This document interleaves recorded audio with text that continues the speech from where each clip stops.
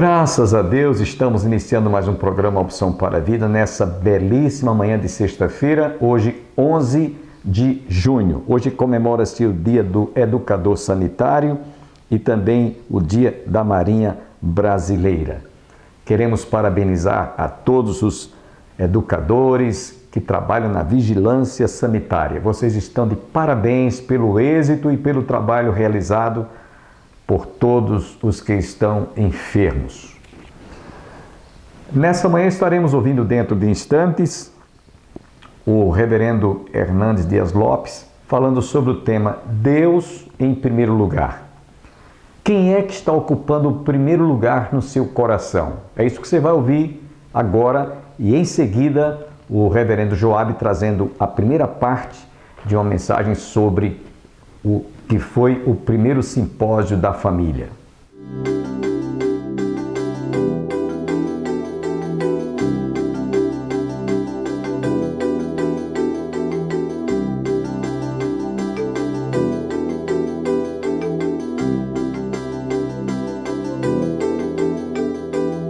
O grande rei Salomão escreveu: se o Senhor não edificar a casa, em vão trabalham aqueles que edificam. Se o Senhor não guardar a cidade, em vão vigia a sentinela. Inútil vos será levantar de madrugada, repousar tarde e comer penosamente o pão que granjeaste. Aos seus amados Deus os dá enquanto dormem. Há muitas pessoas que querem começar a vida, constituir família, realizar sonhos, sem colocar Deus em primeiro lugar na sua vida. Construir a família sem Deus é construir sobre areia movediça. Esta família não suporta as tempestades e as realidades dramáticas da existência. Há muitas pessoas, por outro lado, que fazem do seu trabalho um fim em si mesmo, correm desesperadamente atrás de coisas, querem granjear riquezas, querem construir um grande patrimônio, querem colocar coisas no lugar de pessoas, passando a amar as coisas, a esquecer-se de Deus e a usar as pessoas. Nós precisamos buscar as primeiras coisas primeiro. Nós não podemos permitir que o urgente tome o lugar do importante. Quando você coloca Deus em primeiro lugar na sua vida, as demais coisas vão ser acrescentadas. Você precisa trabalhar com dedicação, com zelo, com esmero. Mas o dinheiro não pode ser um fim em si mesmo. O dinheiro não satisfaz você. O dinheiro não dá para você nem segurança, nem felicidade. Você precisa colocar Deus em primeiro lugar. Porque quando Deus é a razão da sua vida, quando você ama Deus, vive para glorificar a Deus, para conhecê-lo e torná-lo conhecido, as coisas vão surgindo na sua vida, Deus vai abençoando o fruto do seu trabalho, Deus vai suprindo as suas necessidades e você vai aprender o que é contentamento, a dar graças a Deus por aquilo que Deus lhe dá e vivendo feliz com pouco ou com muito, mas de maneira grata a Deus por tudo quanto Ele tem feito em sua vida.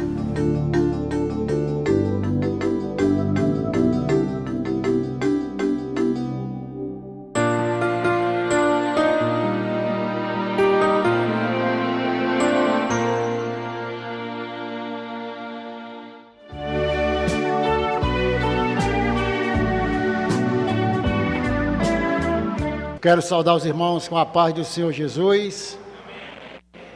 É um motivo de muita alegria estar com os irmãos nesta noite para compartilhar a palavra de Deus e agradecer ao pastor Bosco pela confiança que deu o seu púlpito para ministrar para vocês nesta noite. Querido, vamos abrir a palavra de Deus no livro de Deuteronômio, capítulo 6. Deuteronômio, capítulo 6. E vamos fazer a leitura do versículo 1 ao versículo 9. Foi-me dado um tema para este evento, que está em Provérbios capítulo 24, no versículo 26. Mas eu não vou trabalhar propriamente ele, mas citarei sim, antes de fazer a leitura. O provérbio 24, o provérbio 14, 26 diz assim: no temor do Senhor tem o homem forte amparo. Isso é refúgio para os seus filhos. Vamos agora para Deuteronômio capítulo 6, versículo de 1 a 9. Os irmãos, se puderem se colocar de pé, faremos a leitura neste momento. Deuteronômio capítulo 6, versículos de 1 a 9. Diz assim a palavra de Deus: Estes, pois, são os mandamentos, os estatutos e os juízos que mandou o Senhor teu Deus se te ensinasse, para que os cumprisses na terra a que passas a possuir. Para que temais o Senhor teu Deus e guarde todos os seus estatutos e mandamentos, que eu te ordeno, tu, teu filho e o filho do teu filho, todos os dias da tua vida, e que teus dias sejam prolongados. Ouve, pois, ó Israel, e atenta em o cumprires, para que bem te suceda, e muito te multiplique na terra, que mana leite e mel, como te disse o Senhor, Deus de teus pais. Ouve, Israel, o Senhor nosso Deus, Ele é o único Senhor. Amarás, pois, o Senhor teu Deus de todo o teu coração, de toda a tua alma e de toda a tua força. Estas palavras que hoje te ordeno estarão no teu coração, tu as inculcarás a teus filhos, e dela falarás assentada em tua casa, andando pelo caminho, ao deitar-se, ao levantar-se. Também as atarás como sinal na tua mão, e te serão por frontal entre os olhos, e as escreverás nos umbrais de tua casa e nas tuas portas. Vamos orar? Senhor, nós louvamos o teu nome e te agradecemos pela tua palavra lida nesta noite. Sabemos que o Senhor tem um propósito nesta noite através desse texto sagrado. Peço que o Senhor venha nos abençoar e falar ao nosso coração, em nome de Jesus. Amém. O livro de Deuteronômio é o quinto livro do Pentateuco, escrito por Moisés. Significa a segunda lei ou a repetição da lei. Deuteronômio é o livro mais citado no Antigo e no Novo Testamento. Ele é o mais citado pelos profetas do Velho Testamento. Ele é citado mais ou menos 80 vezes, e o Senhor Jesus fez uso lá no Novo Testamento, principalmente quando ele fora tentado por Satanás. Deuteronômio é um livro que expressa grande preocupação com o futuro espiritual do povo escolhido de Deus. E esse livro se divide em 3 partes. Pensa comigo. Ele está falando do verbo imperativo, recordai o passado, chamando o povo para pensar de onde eles vieram, o que eles eram e o que eles estavam fazendo lá no Egito. Recordai uma história da peregrinação. Obedecei o presente, o que Deus mandou através da lei de Moisés. E cuidai o futuro. Por quê? Porque quando Moisés escreve estas palavras aqui, olhe para aqui, ele estava já no final da sua idade, ele já estava se aproximando da sua morte. Mas Moisés tinha uma preocupação com a geração futura, com aquele povo que iria entrar na terra de Canaã. Perceba se não parece com a minha história e com a sua história. Aonde Moisés chama aquele povo, agora preocupado que eles estão se aproximando da terra prometida, e Moisés começa agora a entender. Ele já sabia que não iria entrar na terra, ele já sabia que Deus já tinha falado para ele, que ele ia apenas ver de longe, não atravessava o Jordão. E aí Moisés, como aquele pai moribundo, chama os seus filhos e começa a mostrar a realidade dos ensinamentos de Deus. Moisés, ele escreve essas palavras para um povo que está se aproximando da terra prometida. E aquele povo, diga-se de passagem, precisava dessas instruções. Você sabe por quê? Porque nós nos esquecemos com muita facilidade os mandamentos de Deus. Nós temos uma mente muito fraca para entender tudo que Deus tem nos ensinado. E Moisés sabia disso. Moisés, desde que tira o pessoal lá do Egito, quando ele chega do outro lado do Mar Vermelho, que ele começa a trazer o povo para fazer aquele cântico de agradecimento, a preocupação de Moisés naquele cântico foi dizer assim: vocês entendam muito bem que só há um Deus, o único Deus. Ele vai falar aqui nessas palavras, e a preocupação dele é conduzir os pais nos mandamentos de Deus, e que os pais coloquem esse mandamento no seu coração e também ensine para os seus filhos. Ele sabia que não iria estar lá, porque era uma missão que já fora delegada por Deus a Josué, de dar continuidade àquele trabalho. Mas Moisés, esse é o homem que ele vai conduzir esse povo até pertinho da terra de Canaã. Eu queria que você ficasse com a sua Bíblia aberta e acompanhasse comigo alguns versículos, e vamos ver o que Moisés quis dizer para este povo. O que nós devemos trazer como aplicação dessas palavras de Moisés. Claro, evidente, que eu e você estamos aqui hoje à noite, porque estamos caminhando até a terra da promessa. O nosso tempo aqui é muito rápido, é muito passageiro, e precisamos entender que o nosso lar não é esse aqui.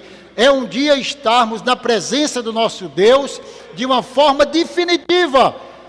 E muitos que valorizam esta vida esquecem de que o maior tempo nosso não é aqui. Nós vamos viver no máximo 70, 80 anos, mas lá nós temos a vida eterna, e precisamos de colocar essa palavra no nosso coração, de que esses estatutos, eles servem para mim e para você. Os mandamentos de Deus, ou os 10 mandamentos que Moisés escrevera, eles estão exatamente presentes na nossa vida, e devemos colocar no nosso coração, praticar, colocar dentro de casa, porque um dia nós vamos também entrar na terra da promessa.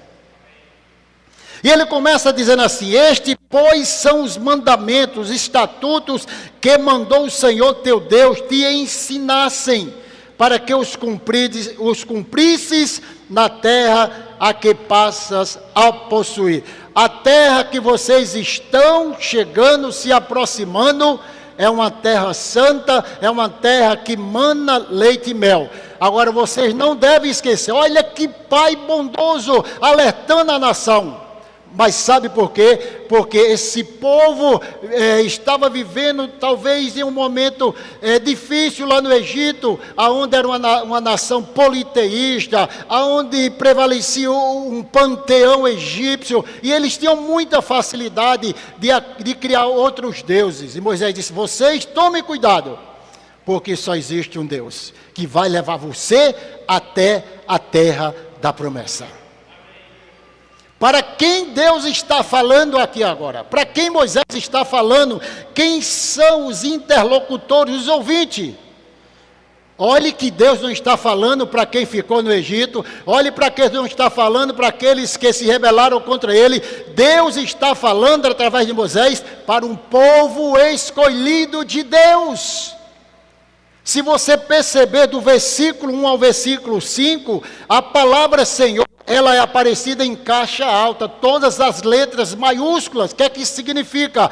É que quando o nome Senhor aparece com todas as letras maiúsculas, isso quer dizer que é o Deus da aliança do seu povo, é um Deus que zela por aqueles, que não desiste daqueles que ele resgata lá do Egito, e diz assim: eu vou cuidar de vocês até chegar à terra de Canaã. Como Deus cuida bem de nós também, esse Deus que fez uma aliança, a aliança não foi feita por mim, não foi feita de baixo para cima, mas a aliança foi feita de cima para baixo, porque ela não pode ser partida, cortada, ela não pode ser esquecida, porque foi Deus que fez essa aliança. E Deus está falando para quem? Para o povo que Ele tira do Egito. Ele resgata aquele povo com mão poderosa. E Moisés diz assim: este, pois, são os mandamentos, os estatutos, os juízos, que o Senhor teu Deus se te ensinasse, para que cumprisses na terra que vocês vão possuir. A preocupação de Moisés foi que os pais introduzissem no seu coração os mandamentos de Deus, de forma consequente, que esses pais agora ensinassem aos seus filhos. Deus estava dizendo assim: Moisés, através de vocês, coloquem esses ensinamentos no coração de vocês, pais, e vocês não esqueçam de levar isso para a geração futura, porque ele vai falar de filhos, de netos, como nós temos essa obrigação.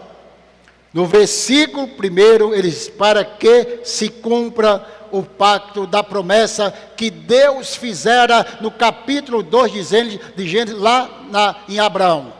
E aqui já se passara aproximadamente um cativeiro de 400 anos. Já se passara uma jornada de 40 anos. E agora Deus está dizendo assim: Moisés, fala para esse povo que eles estão bem pertinho, que eles não desistam, que eles continuem com a mente e o coração firme nos mandamentos que eu tenho ensinado. No versículo 2, ele diz: para quê? Para que temas ao Senhor teu Deus e guarde todos os seus estatutos e mandamentos, para que eu te ordeno, tu, teu filho, o filho do teu filho, que é o teu neto, todos os dias da tua vida, em que teus dias sejam prolongados. Tema a Deus. É isso que ele tenta imprimir no coração daqueles pais, temor a Deus. Porque à medida que nós perdemos o temor a Deus, nós estamos com a vida fracassada. Diga-se de passagem, há muitos que perdem o temor a Deus, há muitos que não respeitam a Deus, há muitos que não têm uma vida piedosa. O que é uma vida piedosa? É uma vida que respeite as coisas espirituais, é uma vida que se importe com a vida espiritual. Quando o homem perde temor a Deus, ele automaticamente perde o prazer de servir a Deus. Ele não tem prazer de ler a palavra de Deus, ele não tem prazer de orar, ele não tem prazer de vir à igreja. Tudo para ele é um peso, é um problema. E ele aqui diz assim, que vocês temam a Deus. O temor a Deus é o princípio da sabedoria. Quando é que nós expressamos temor a Deus? Não é quando nós abrimos a boca e falamos: Deus, eu te amo, Deus, eu sou feliz. É quando nós agimos conforme os seus mandamentos, conforme o que diz a sua palavra. Moisés disse: vocês temam a Deus, vocês coloquem o temor de Deus no coração de vocês, porque este temor, ele vai trazer o quê? Dias prolongados para vocês.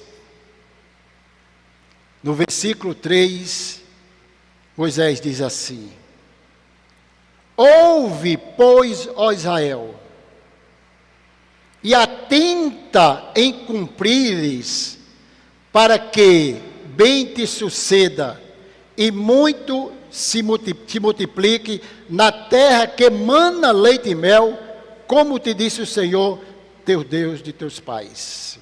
Essa expressão, ouve, pois, ó Israel, você vai encontrar no capítulo 5 de Deuteronômio, quando Moisés está repetindo os 10 mandamentos, quando Moisés está chamando a atenção mais uma vez da nação de Israel, para você entender que ele escreve os 10 mandamentos no livro de Êxodo capítulo 20, e ele vai repetir em Deuteronômio capítulo 5. Mas por que essa repetição? Eu vou ser bem sincero, porque nós temos uma mente muito esquecida. Deus fala hoje, amanhã nós esquecemos. Deus alerta hoje, amanhã nós não estamos aí nem preocupados. Ouve, pois, Israel. O que é que ele quer dizer aqui? Ouvir não é apenas você dizer assim, Deus, eu estou te ouvindo.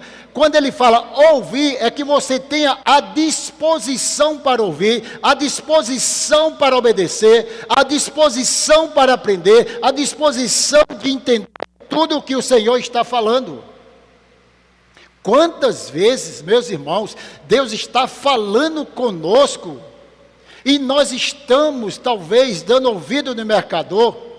Por isso que o apóstolo João diz assim, escrevendo as cartas às igrejas do Apocalipse: quem tem ouvido, ouça o que o Espírito diz às igrejas. De uma coisa eu tenho certeza, que você não precisa de nada mais para acreditar que Deus está falando com você, porque a Bíblia é a boca de Deus falando ao meu e ao seu coração todos os dias. Eu não preciso que alguém bata na minha porta e diga assim, Deus está mandando eu lhe dizer que você lê a Bíblia, que você creia, porque isso aí já foi revelado para mim. Eu tenho que apenas dizer, Senhor, eu preciso ter disposição para ouvir os teus ensinamentos.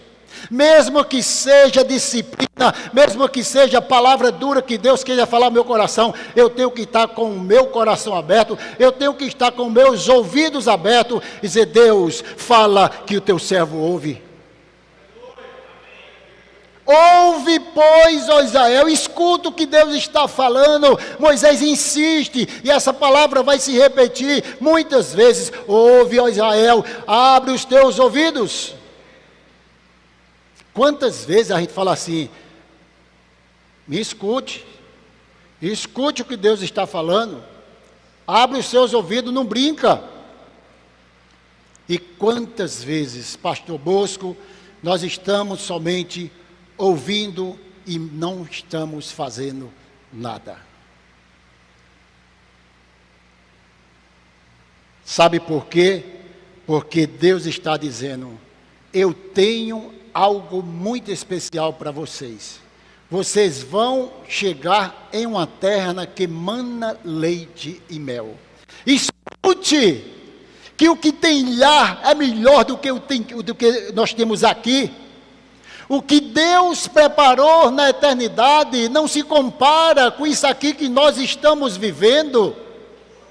E nós temos uma vida materialista, claro, nós gostamos das benesses de Deus aqui no mundo, nós gostamos da família, do passeio, de tudo mais, mas nós precisamos entender que o nosso tempo aqui está se acabando, nós estamos chegando ao final. Diga de passagem, quantos servos de Deus já partiram agora com a Covid, quantos homens de Deus, pastores, mulheres, e eu digo assim, Deus, o que é que eu tenho de melhor do que esse meu irmão que partiu ontem? Nada.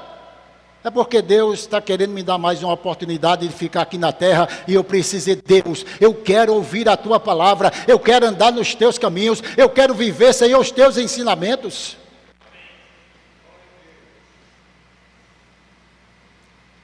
Versículo 4, ele repete de novo. Ouve, Israel, o Senhor nosso Deus é o único Deus. Por que ele diz essas palavras? Porque era um povo que vinha, sabe de onde? De uma nação panteísta. De um povo que tudo fazia um Deus. De um povo que não tinha Deus como seu Senhor. E Deus estava lá batendo no coração dele, martelando, olha, Deus é o único Senhor, Deus é o único Senhor. Acredite, ouve, ó Israel, nosso Deus é o único Senhor. E ele diz, ele é o único Deus. Não queira trazer nenhum deuses que vocês viram lá no Egito. Não queiram trazer os costumes que vocês estiveram lá no Egito, Que aplicação traz para mim nesta noite? É que algumas vezes nós estamos trazendo algo de fora da igreja, do Egito, para aplicar na nossa vida diária, trazendo os costumes para dentro da igreja, para a nossa vida, e ainda dizendo assim: meu Deus, não tem nada demais. Tem sim, porque se uma das coisas que Deus cobra dos seus filhos chama-se vida de santificação. Deus cobra de mim e de você, presbítero Agemiro, sede santo como vosso Deus é santo. E não tem como você querer compactuar santidade com as coisas mundanas. Deus, Ele é o Senhor. No versículo 5 ele vai dizer assim: amarás, pois, o Senhor teu Deus, de todo o teu coração, de toda a tua alma e de toda a tua força.